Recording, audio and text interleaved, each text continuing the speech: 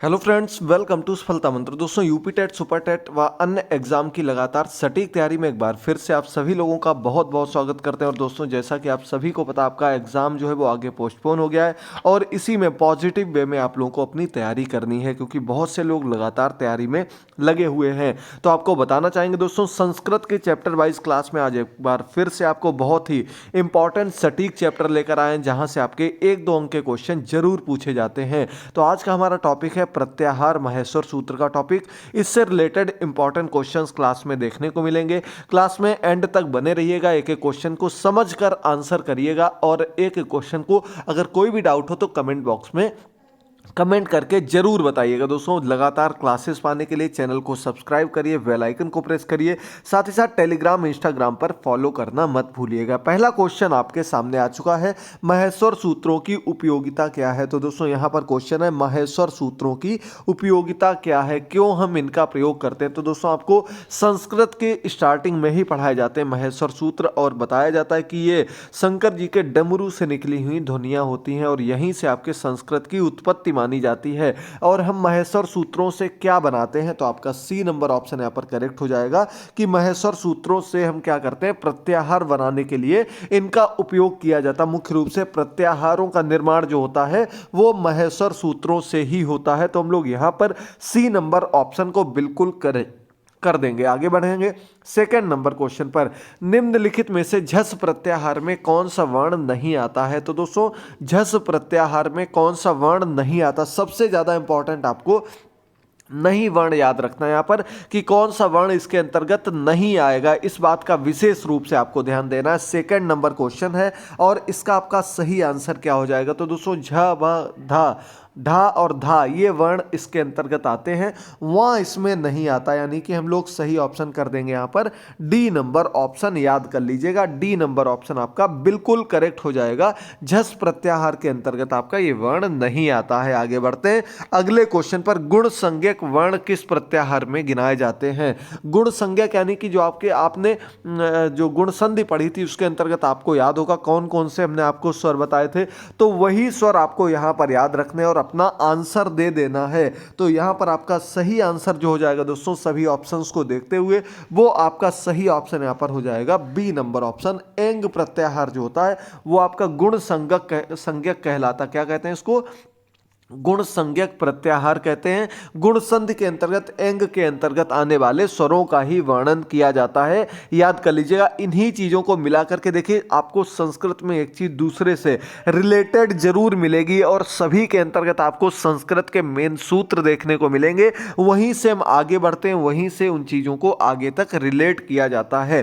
Fourth number question है, वृद्धि संज्ञक वर्ण किस प्रत्याहार के अंतर्गत आते हैं। ऊपर हमने आपको गुण संज्ञक बता दिया, वृद्धि संज्ञक की बात आती है, यानी कि वृद्धि संधि में हमने आपको क्या बताए थे, बड़ी मात्रा वाले स्वर बताए थे। बड़ी मात्रा वाले स्वर आपके एच के अंतर्गत आते हैं। बी नंबर ऑप्शन यहां पर आपका बिल्कुल करेक्ट हो जाएगा। एच, अय की मात्रा लगेगी। हो सकता आपका काफी लोग ए नंबर ऑप्शन सही कर दें, लेकिन ये गलत है। आपका बी नंबर ऑप्शन ही बिल्कुल करेक्ट माना जाएगा।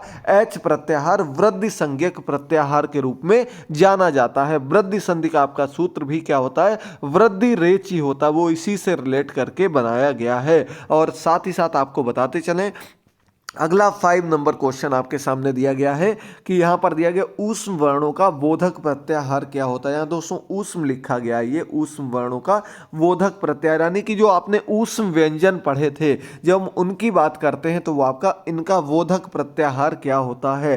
तो ऊष्म व्यंजन आपके कौन कौन से होते हैं, सा सा साहा, यानी कि तीनों प्रकार के सा, और क्या होता है, हा होता है। ये आपके 4 वर्ण ऊष्म व्यंजन कहलाते हैं और इन सभी को सल प्रत्याहार के अंतर्गत रखा जाता है। यानी कि यहां पर आपका बी नंबर ऑप्शन बिल्कुल करेक्ट हो जाएगा। सल प्रत्याहार के अंतर्गत हम किसको रखते हैं, ऊष्म व्यंजन वर्णों को रखते हैं। आगे बढ़ते हैं 6 नंबर क्वेश्चन पर। तो यहां पर दिया गया सर प्रत्याहार के अंतर्गत कौन सा वर्ण नहीं आता है। सर प्रत्याहार, ये क्वेश्चन ऐसे हैं दोस्तों जो पिछले वर्षों में आपके यूपी टेट के एग्जाम में पूछे गए हैं। अगर आप लोग पुराने पेपर उठाकर देखेंगे तो निश्चित तौर पर इस प्रकार के क्वेश्चन आपको हर बार एग्जाम में देखने को मिलेंगे। तो यहां पर आपका 6 नंबर क्वेश्चन है और इसका आपका करेक्ट ऑप्शन क्या हो जाएगा दोस्तों, सर प्रत्याहार के अंतर्गत आपका जो वर्ण नहीं आता वो आपका रा है।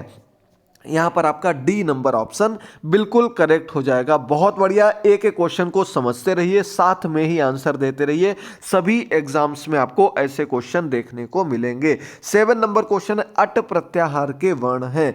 अट प्रत्याहार आपने अच पढ़ा होगा, लेकिन अट में काफी लोग कंफ्यूज हो जाते हैं। और ये आपका किससे रिलेटेड होता है? ऑप्शंस आपके सामने दिए गए, जल्दी से चूज करिए। तो दोस्तों अच प्रत्याहार में क्या आता है? आ जाते हैं आपके सभी स्वर आ जाते हैं। और अट में अगर चा की जगह हम क्या टा लगा दें तो क्या बन जाएगा? हय वरट वाले और आपके वर्ण बढ़ जाते हैं, यानी कि यहां पर आपका सही ऑप्शन ए नंबर ऑप्शन हो जाएगा। इसमें आपका क्या आ जाता है? सभी स्वर आ जाते हैं और हय वर ये आपके और आ जाते हैं इसके अंतर्गत। ये आपका अट प्रत्याहार के अंतर्गत आने वाले वर्णों का समूह है और ए नंबर ऑप्शन आपका बिल्कुल करेक्ट हो जाएगा। चलिए आगे बढ़ते हैं। 8th नंबर क्वेश्चन पर दिया गया अक प्रत्याहार के अंतर्गत कौन कौन से वर्ण आते हैं? अच अलग है और अक अलग है।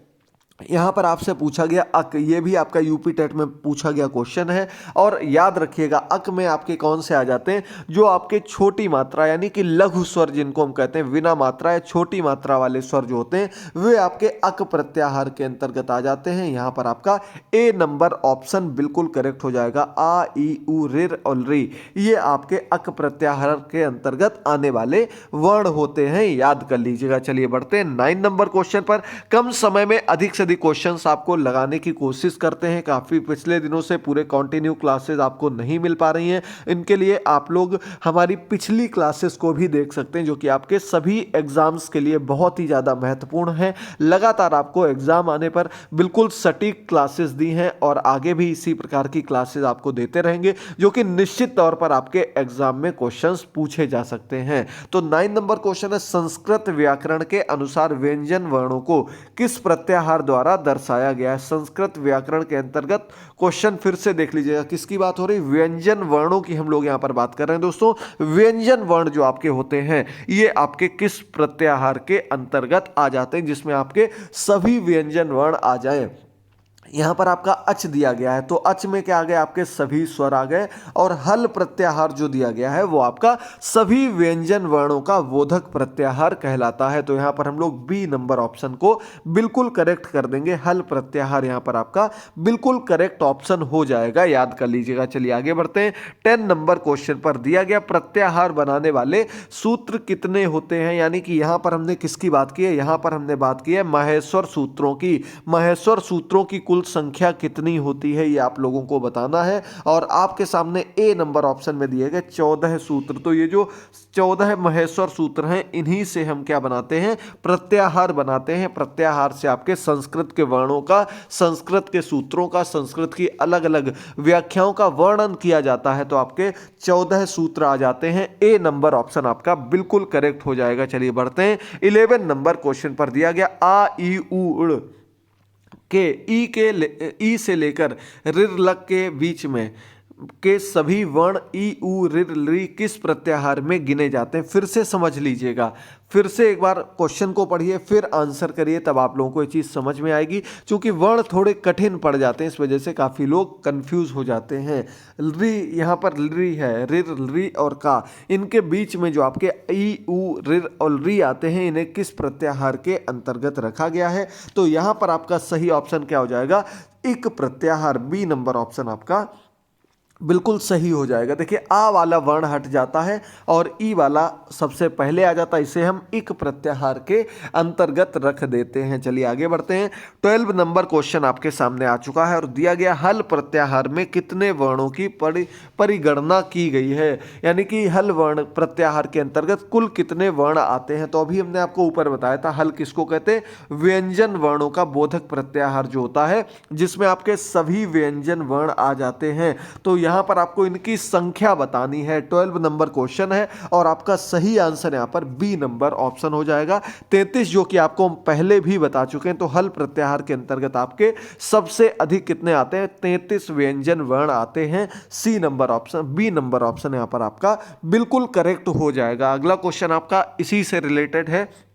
दिया गया कि हल प्रत्याहार बनाने के लिए कितने महेश्वर सूत्रों का प्रयोग हुआ है। अब अगर आपको पूरे महेश्वर सूत्र बताएंगे तो आप लोगों को वो समझ में नहीं आएंगे, क्योंकि वो आपके बिल्कुल प्योर संस्कृत में दिए गए सूत्र होते हैं और वहाँ से उनको अलग अलग छांटना थोड़ा मुश्किल हो जाता है। और ये चीज़ें आपके एग्जाम में इतना डीपली नहीं पूछी जाती, क्योंकि आपके कॉम्पिटेटिव एग्जाम की तैयारी हो रही है, तो निश्चित तौर पर आपको वही चीज़ें ज़्यादा ध्यान से पढ़नी जो कि आपके एग्जाम में पूरे तौर पर आने की संभावना है। तो यहाँ पर आपके जो हल प्रत्याहार के अंतर्गत महेश्वर सूत्र हैं उनकी कुल संख्या जो आपसे पूछी गई है वो आपकी कितनी होती है? 10 होती है। यहां पर आपका डी नंबर ऑप्शन सही हो जाएगा, यानी कि 10 महेश्वर सूत्रों को मिलाकर के हम क्या बनाते हैं? हल प्रत्याहार बनाते हैं। चूंकि हमने आपको अभी पहले भी बताया था ये सबसे बड़ा प्रत्याहार होता है, इसमें सबसे अधिक वर्ण होते हैं। तो 10 महेश्वर सूत्र आपके जो व्यंजन वर्णों से संबंधित होते हैं उन सभी को जब हम मिला देते हैं तो हमें क्या मिल जाता है?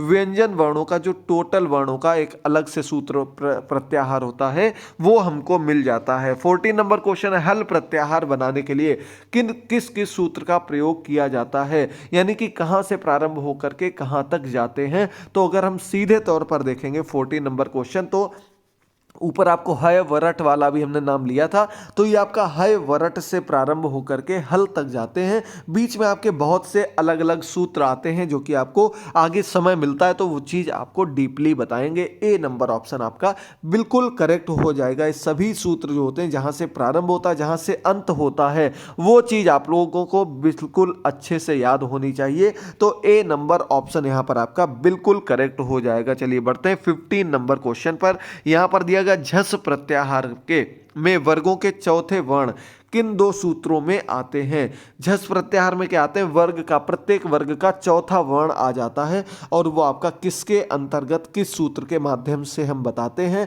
15 नंबर क्वेश्चन है और इसका आपका सही ऑप्शन क्या हो जाएगा? तो इसका आपका सही ऑप्शन सीधे सीधे आप देख लीजिए कौन से आपको ऐसे वर्ण दिख रहे हैं जो कि चौथे नंबर पर आते हैं वर्ग में। तो यहाँ पर आप लोग झा, भा, वां, इसका ये देखिए घा, ढा, धा, ये आपके आ जाते हैं, यानी कि हम लोग बी नंबर ऑप्शन बिल्कुल करेक्ट कर देंगे। ये पहला ही क्वेश्चन आपका था, झस प्रत्याहार में कौन सा वर्ण नहीं आता है। ये आपका अंतिम वर्ण जो होता है वो इसके अंतर्गत नहीं गिना जाता, ये आपके जो सूत्र बनाए जाते हैं उसके अंतर्गत रखे जाते हैं और वहां पर आपका वह वर्ण ही ऐसा था जो इसके अंतर्गत नहीं आता है और आपका बी नंबर ऑप्शन बिल्कुल करेक्ट हो जाएगा। अगले क्वेश्चन पर बढ़ते हैं हम लोग। 16 नंबर क्वेश्चन दिया गया है कि किस प्रत्याहार के अंतर्गत वर्गों के तीसरे वर्ण आते हैं, यानी कि ऐसा कौन सा प्रत्याहार है जहां पर आपका वर्ग का तीसरा वर्ण आ जाता है। चलिए बताइए, वर्गों का चौथा वर्ण झस में आ गया। अब तीसरे वर्ण की जब हम लोग बात करते हैं तो वो आपके किसके अंतर्गत आ जाएंगे? 16 नंबर क्वेश्चन आपके सामने सभी ऑप्शन हैं और जस प्रत्याहार आपने पढ़ा होगा, ये आपका कहां पर आ जाता है? ये आपका तीसरे वर्ण के लिए आ जाता है। प्रत्येक वर्ग का तीसरा वर्ण जब हम लोग गिनते हैं वहां पर आपका जस प्रत्याहार प्रयोग में लाते हैं और यहां पर आपका बी नंबर ऑप्शन बिल्कुल करेक्ट हो जाएगा। अब अगला क्वेश्चन आपसे दिया गया सीधे सीधे कि जस प्रत्याहार में कौन कौन से वर्ण आ जाते हैं। अब आपको कुछ सोचना ही नहीं है, आपको जब पता है कि प्रत्येक वर्ग का तीसरा वर्ण आने वाला तो आपको तीसरा वर्ण याद होगा तो आप लोग बिल्कुल करेक्ट ऑप्शन चूज कर लेंगे। 17 नंबर क्वेश्चन जल्दी से देखिए, आपको देखिए जा दिया गया, बा, गा, ढा और दा, ये आपके कैसे आ गए? ये आपके तीसरे वर्ण होते हैं। प्रत्येक वर्ग का तीसरा वर्ण जो होता है वो आपका जस प्रत्याहार के अंतर्गत आ जाता है। चलिए आगे बढ़ते हैं अगले क्वेश्चन पर। 18 नंबर क्वेश्चन आपके सामने दिया गया है और यहां पर आपसे पूछा गया चय प्रत्याहार में कौन से वर्ण आ जाते हैं। चय प्रत्याहार की हम लोग बात कर रहे हैं और एक छोटी सी गलती आपका पूरा अंक ले सकती है, इस वजह से पूरे ध्यान से आप लोगों को समझना है कौन सा ऑप्शन आपका बिल्कुल करेक्ट हो जाएगा। तो यहां पर आपको बता दें, चय के अंतर्गत आपके वर्गों के प्रथम वर्ण आ जाता है, यानी कि पहला वर्ण जो होता है प्रत्येक वर्ग का वो आपका चय प्रत्याहार के अंतर्गत आ जाता है। और यहां पर आपका 18 नंबर क्वेश्चन का सी ऑप्शन दिया गया, देखिए चा दिया गया, टा, ता, का और पा, ये आपका प्रत्येक वर्ग का पहला वर्ण दिया गया है, यही आपका चय प्रत्याहार के अंतर्गत आ जाता। बहुत ही इंपॉर्टेंट है और ये कई बार एग्जाम में पूछा जा चुका, हालांकि यूपी टेट में अभी तक नहीं आया है, अन्य एग्जाम्स में पूछा गया है, तो उम्मीद है इस प्रकार का क्वेश्चन आपको आगे भी पूछा जा सकता है। चलिए अब आज का अंतिम क्वेश्चन आपके सामने दिया गया कि किस प्रत्याहार में वर्गों के प्रथम वर्ण आते हैं। तो ऊपर अभी हमने आपको बताए थे कि प्रत्येक वर्ग का पहला वर्ण जब हम साथ में रख देंगे करेंगे तो वो आपका चय प्रत्याहार कहलाता है, यानी कि डी नंबर ऑप्शन आपका